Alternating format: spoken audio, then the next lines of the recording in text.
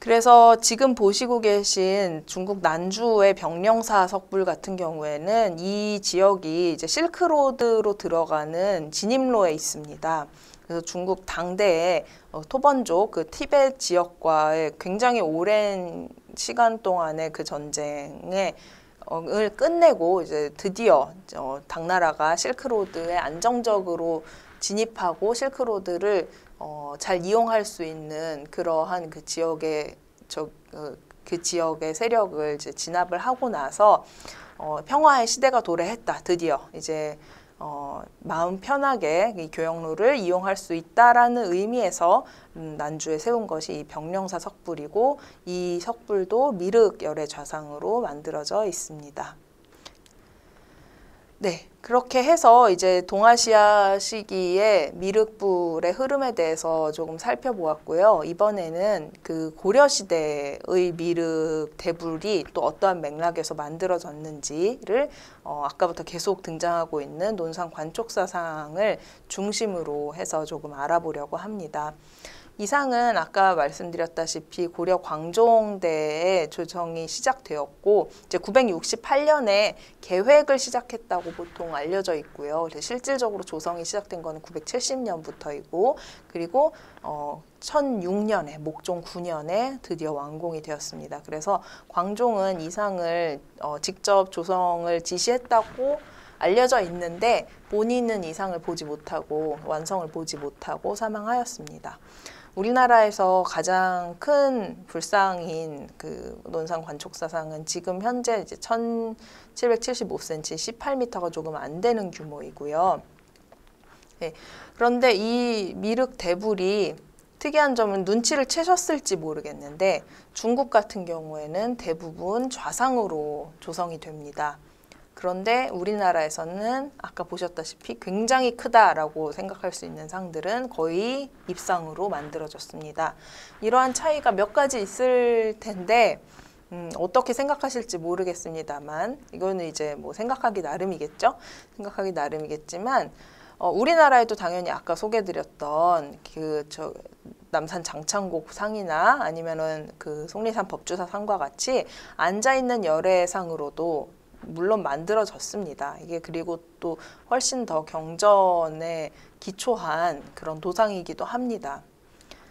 그런데 고려시대 미륵대불이 왜 굳이 경전에는 크게 언급된 적 없는 입상으로 만들어졌는지에 대해서는, 일단은 그 관촉사 석조 미륵보살 입상이라고 하는 왕실이 발원을 해서 만든 거대한 우리나라에서 가장 큰 불상 자체가 입상으로 만들어졌기 때문에, 그 이후에 미륵보살 혹은 미륵불로 만들고자 할 경우에 이제 관촉사상을 참고해서 모방을 해서 만들어졌다라고 하는 것이 하나의 이유가 될 것 같고요.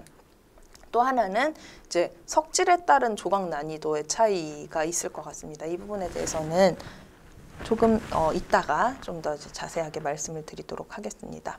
그래서 관촉사상에 대해서 조금 더 이제 자세하게 말씀을 드리면, 일단 기존에 없던 아까 그 말미에 저의 첫머리에 제가 말씀을 드렸다시피 굉장히 그 고려의 지역성과 다양성, 독자성을 모두 가지고 있는 응축되어 있는 상이라고 소개를 드린 적이 있는데, 이 상은 기존에 없었던 조합을 가지고 있습니다. 그래서 미륵보살이고, 우선 미륵보살이고, 그런데 기존의 미륵보살들은 대부분 방가상이나 교각상 같이 이렇게 앉아있는 형태였는데 서 있고, 그리고 또 옷이 이제 보통 보살이 입고 있는 보살이 입고 있는 천의가 아니고 이렇게 나풀나풀 휘날리고 영락으로 장식되어 있고, 그런 보살의 천의가 아니고 부처가 입는 좀 밋밋하고 장중한 대의를 입고 있고, 그리고 아까 말씀드렸다시피 서 있고, 그리고 또 한 손에는 꽃을 들고 있다고 하는 뭐 통일신라나 그 후의 시기뿐만 아니라 중국, 일본 어디에서도 찾아볼 수 없는 조합을 하고 있는 것이 바로 이 상이고, 그리고 이 상을 위시해서 만들어진 고려 전기의 미륵 대불들입니다. 그래서 다른 시기와 지역에선 찾아볼 수 없는 상당히 독특한 조합과 구성을 가지고 있다고 이해하시면 되고요. 그리고 또 하나 이건 이제 관촉사 사적비에 남아있는 내용인데요. 관촉사 사적비 자체는 조선 후기 영조 때에 이 비석이 만들어져서 기록 자체는 영조 때의 기록이지만 그 외에도 뭐 목은 이색의 목은고라거나 여러 가지 그 고려시대 문헌 등을 통해서 거의 광종과 그 고려 조정이 직접 사람을 보내고 물자를 보내서 조성했다고 거의 이제 사실화되어 있습니다. 그래서 이 관촉사 사적비의 기록을 보시더라도 상의원의 명에서 8도의 사신을 보내서 널리 불상을 만드는 장인을 모두 모으게 하고, 그리고 혜명이라고 하는 승려가 거기에 이제 추천을 받아가지고 왔는데 이 사람에게 조정에서 직접 개경의 장인 100여 명을 골라서 경호년인 970년에 일을 시작해서 병오년에 끝나니 37년이라고 하는 긴 시간이 걸렸다라고 관촉사 사적비에 언급이 되어 있습니다.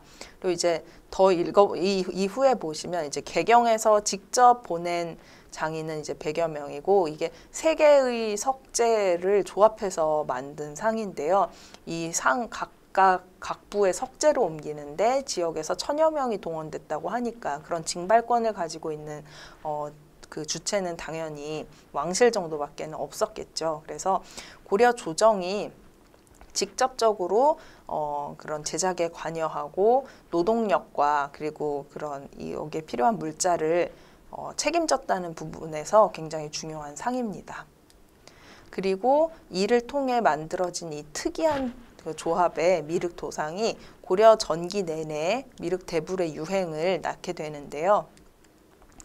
관촉사 상을 만든 이유에 대해서 조금 고찰을 해보도록 하겠습니다. 일단은 논산 지역의 상징성이라고 하는 부분을 들 수가 있습니다. 논산 지역은 많이들 아시겠지만 이제 후백제 세력이 끝까지 남아서 저항을 했던 지역이고, 그렇기 때문에 태조 왕건이 이제 그 논산에 있는 황산벌에서 건원의 그 잔당을 마지막으로 제압을 하면서 삼국 통일을 이룩해서 이제 고려를 건국을 했고, 그래서 그 자리에 논산 개태사라고 하는 사찰을 세워가지고 고려 석부, 굉장히 그 기념비적인 고려 석부를 남기기도 했던 고려 왕실에 있어서 굉장히 중요한 지역입니다. 그리고 태조 왕건이 이제 많이들 알려져 있다시피 그 각 지역의 호족 세력과 혼인 관계를 맺어서 각 지역의 제지 세력들을 활용을 하려고 했으나, 이것이 이제 왕대가 이렇게 계속 지속이 되면서 광종 때 정도 되면은 사실 개경에 거주하고 있는 문벌 귀족들의 세력이 굉장히 강해지게 되는데요.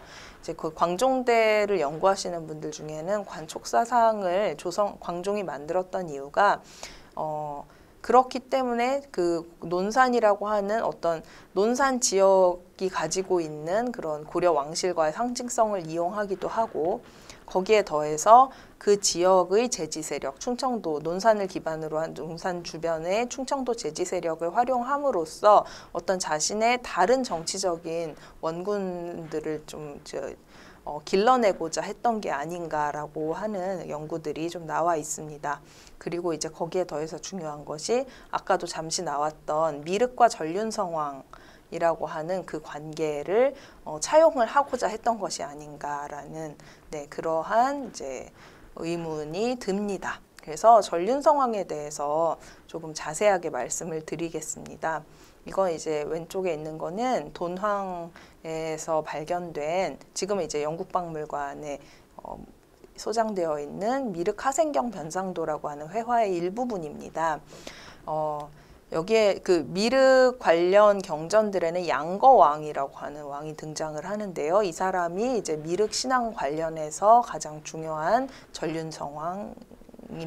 그런 등장인물인데, 전륜성왕이 처음에 이제 미륵 부처님이 되기 전에 바라문 시절에 미륵에게 여러 가지 보배를 보냅니다. 미륵이라고 하는 승려가 굉장히 훌륭하고 또 아주 수행이 뛰어나다고 해서 여러 가지 보배를 보내는데, 이것을 이제 혼자 독차지하지 않고 여러 명의 바라문이 함께 나누기 위해서 이 신의가 일어나서 갑자기 양거왕이 보낸 보배가 산산조각이 납니다. 그러자 그걸 보고 있던 그 바라문 상태의 미륵이 보배라고 해봤자 조각나서는 이게 굉장히 덧없구나라는 것을 깨닫고, 그래서 이제 무상을 깨닫고 바라문이 아닌 이제 출가를 해서 불도를 걷겠다라고 결심을 하게 되는데요. 이게 지금 이 아까 보여드렸던 그 회화의 전체 화면입니다. 동말에서 5대 초 9세기에서 10세기에 그려졌을 것으로 추측이 되는 미륵 하생경 변산도인데요. 여기에 그 화면 하단에 이렇게 아까 보신 양거왕, 전륜성왕인 양거왕과 그리고 왼쪽에 있는 양거왕의 왕비가 그 미륵기로 하생한 후에 부처님에게 귀의하기 위해서 머리를 깎고 있는 장면을 보실 수 있습니다. 지금 보시는 장면에 보면 이제 양거왕이라고 분명하게 쓰여져 있어서 이 전륜성왕 양거왕이 미륵 하생이라고 하는 이야기에 있어서 굉장히 중요한 등장인물이구나라는 점을 아실 수가 있습니다. 그래서 이 미륵 대성불경, 제가 방금 말씀드린 이게 이제 불설 미륵 대성불경이라고 하는 경전에 등장하는 이야기인데요. 이건 마치 이제 전륜성왕이 본인이 의도하지는 않았지만 미륵을 깨달음의 길로 인도하는 것 같은 그런 구도로 전개가 됩니다. 그래서 이 전체 이야기에 있어서 전륜성왕 양거왕의 역할이 상당히 중요하게 부각이 되어 있고요. 그렇기 때문에 어떤 왕들이 그런 불설 미륵 대성불경에 나타나는 전륜성왕에 스스로를 좀 감정이입을 하고 투영했을 가능성이 있지 않을까 이런 생각이 듭니다. 그래서 아까 말씀드렸다시피 이제 본인이 훌륭하게 치세를 하고 평화의 시대를 만들어 놓으면 그 자리에 이제 미륵이 내려오는 것이기 때문에 그런 거대한 미륵상을 왕이 만들었다고 하는 것은 즉 본인이 훌륭한 군주인 전륜성왕이다라고 이제 선언을 하는 것과 같은 그런 효과를 가지고 있다고 볼 수 있습니다. 그런데 또 이 과정에서 보살이 아까 말씀드렸다시피 관촉사상은 열애의 대의를 입고 있는데 이 자체도 상당히 의미심장합니다. 지금 보시고 있는 것은 거의 이제 이게 굉장히 얕은 성각으로 새겨진 마애불이기 때문에 지금은 가셔도 이 정도로밖에 보이지는 않습니다만 우리나라에 지금 현존하고 있는 마애불 중에 가장 큰 시흥 소래산 마애보살 입상입니다. 지금 현존 높이가 10m 정도 되는 굉장히 거대한 상인데요. 이제 좀 이해를 쉽게 하기 위해서 문화재 안내판에 있는 이런 그 그림을 가져와 봤습니다. 보시면은 문양이 굉장히 복잡하게 새겨진 보관을 쓰고 있고 그 밑으로 이제 U자 옷주름이 이렇게 쭉쭉쭉쭉 내려오는, 그리고 그 가슴팍에는 약간 사선으로 띠가 둘러져 있고 거기 띠 안에 이렇게 꽃 모양이 그려져 있는 모습을 보실 수 있습니다. 이것은 보살의 옷이라기보다는 대표적인 열애 복식으로 통일신라 때부터도 많이 만들어지는 옷이기도 한데요. 이 상이 입고 있는 대의와 거의 유사한 대의가 이렇게 지금 황해남도 장영군 학현리에 찍힌 이것은 일제시대 유리원판 사진이어가지고 현재 현존하는지 그리고 현존한다면 어떤 형태로 남아있는지는 알려진 바가 없습니다만 유리건판 사진을 통해서 보시면 두 상이 걸치고 있는 옷이 거의 동일함을 알 수가 있습니다.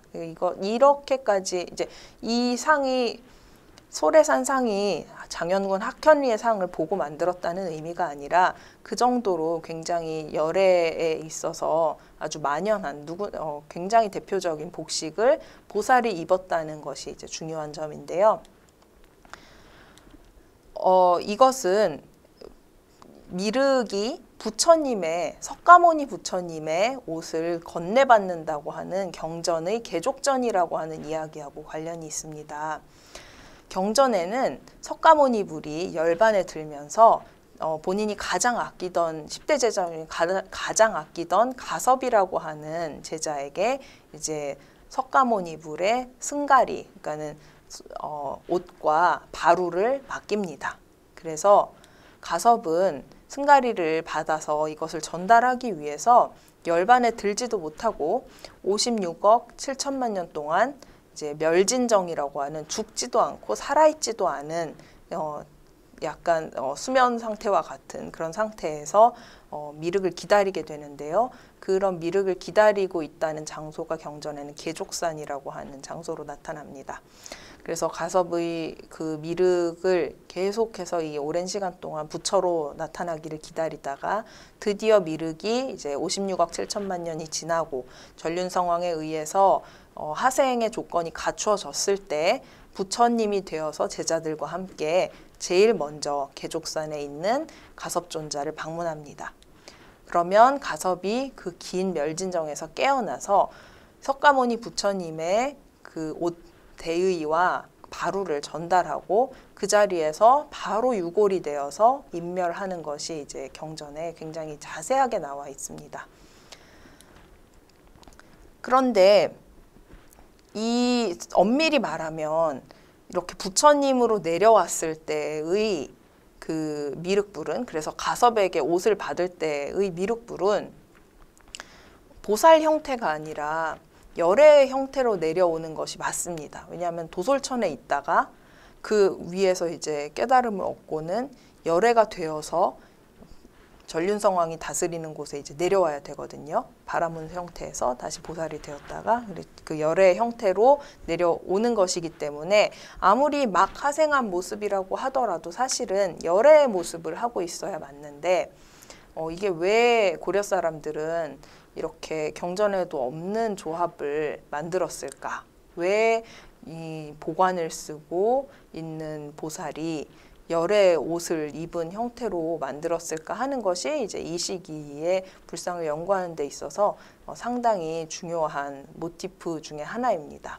근데 일단은 입상으로 만들었다는 점에 대해서 조금 고찰을 해보자면 중국에 제가 이제 앞서 소개했던 미륵 대불들은 대부분 절벽이나 특히 이제 강가의 퇴적암층을 파내서 만듭니다. 그래서 지금 보시는 운강석굴 같은 경우에는 이제 그 절벽, 산의 절벽에를 파고 들어가서 만든 것이고, 그 옆에 병령사석굴 같은 경우에도 이제 사막지대이기 때문에 퇴적층이 굉장히 무른 편입니다. 낙산대불이나 그 옆에 있는 용문사 그 본존불 같은 경우는, 용문석굴 본존불 같은 경우에는 모두 강가의 퇴적층이어서 이 상들도 상당히 무른 편입니다. 그래서 이 퇴적층을 파고 들어가가지고 조각하는 것이 그렇게 물론 굉장히 거대하고 굉장히 아름답게 잘 만든 상들이지만 그 난이도 자체가 어떤 그 물리적인 난이도가 높은 편은 아닙니다. 그래서 그 좌상은 아무래도 그냥 이렇게 서 있는 것에 비해서는 표현해야 되는 것이 많고 앞뒤의 깊이, 그리고 양옆에 이렇게 깊이나 입체감이 굉장히 더 많은 조각을 요구하기 때문에 이런 무른 석벽에서라면은 어느 정도 이렇게 섬세하고 사실적인 그런 좌상의 형태로 만들기가 어렵지 않았을 것 같습니다. 그래서 중국의 대불은 대부분 이렇게 퇴적층을 파내서 석굴로 조성되는 점을 알 수 있고요. 그에 비해서 우리나라 같은 경우에는 한반도 전역에 화강암이 분포가 되어 있습니다. 그런데 화강암이라고 하는 석질이 우리는 이제 너무 흔한 돌이어가지고 그 그 하임을 잊어버리기 쉽긴 합니다만, 화강암이라고 하는 돌은 사실 그 전체 그런 광물의 그 굳기 정도에 있어서 거의 다이아몬드에 버금가는 굉장히 단단한 석질입니다. 그래서 전 세계 어디를 봐도 이렇게 단단한 돌로 건물을 짓고 탑을 쌓고 불상을 만드는 사례는 사실 없다고 보셔도 거의 무방할 정도의 굉장히 난이도가 높은 작업입니다. 그런 점에 있어서 이제 그렇게 다루기 어려운 화강암을 가지고 석불을 거대하게 만들어야 한다고 했을 때 좌상보다는 아무래도 입상으로 만드는 것이 이제 특히 그 신체의 하부를 표현하는 데 있어서 훨씬 용이했기 때문에 경전에는 언급되어 있지 않은 입상 형태를 우리나라에서 많이 만들게 된 것이 아닌가라는 생각이 듭니다. 고려시대는 이렇듯 이제 한국 미륵대불의 전성기라고 할 수 있는데요. 아까 이제 살펴보았듯이 고려시대 이전에는 미륵대불이라고 할 만한 상이 물론 이제 그 삼국유사, 삼국사기 등의 기록으로는 남아 있습니다만 현존하는 사례가 없기 때문에 그런데 이제 고려시대에는 수십 점의 미륵 대불들이 이제 만들어지는 시기이기도 합니다. 그리고 미륵대불은 고려시대 미륵대불은 주로 충청 지역 그리고 경기 일부 지역을 중심으로 제작된다는 것이 특징이고요. 그리고 970년경에 왕실, 특히 광종에 의해서 조성이 시작된 논산 관촉사 석조 미륵보살 입상이 고려시대 미륵대불 도상의 전형을 이루게 되고 그 후에 이제 그 관촉사 상을 모방해서 우후죽순처럼 굉장히 많은 상들이 만들어지게 되는 점을 알 수 있었습니다. 이러한 맥락에서